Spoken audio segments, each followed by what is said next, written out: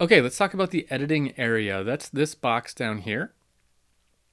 So what we have here, the main thing we have here is the MIDI editor, or sometimes called the piano roll editor. There's a couple other different ways to look at that, which is up here. So the piano roll shows us, and we'll talk more about this later. This is just kind of an overview of what this is. We'll talk in detail about how this works. But this lets us move individual notes around. Whereas up here, we are moving everything we played in one big chunk. Here we can move our individual notes in a MIDI clip.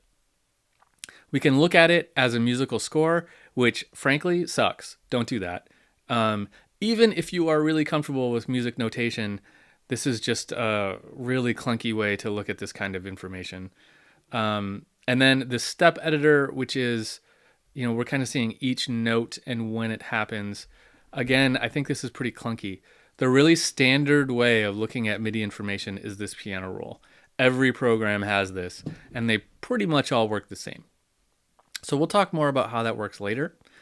Now, if we were looking at an audio track, we would have an audio waveform down here. In fact, let's do it. Let me just grab an audio track.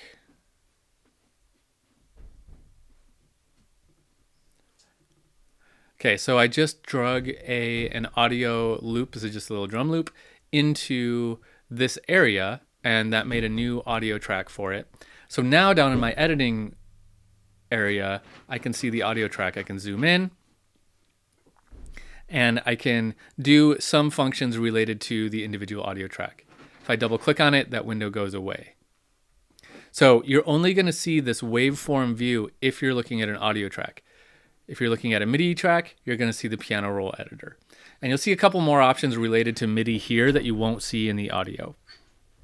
So that's kind of the main functions of this area. Let's move on and talk about the toolbar, how we get stuff done.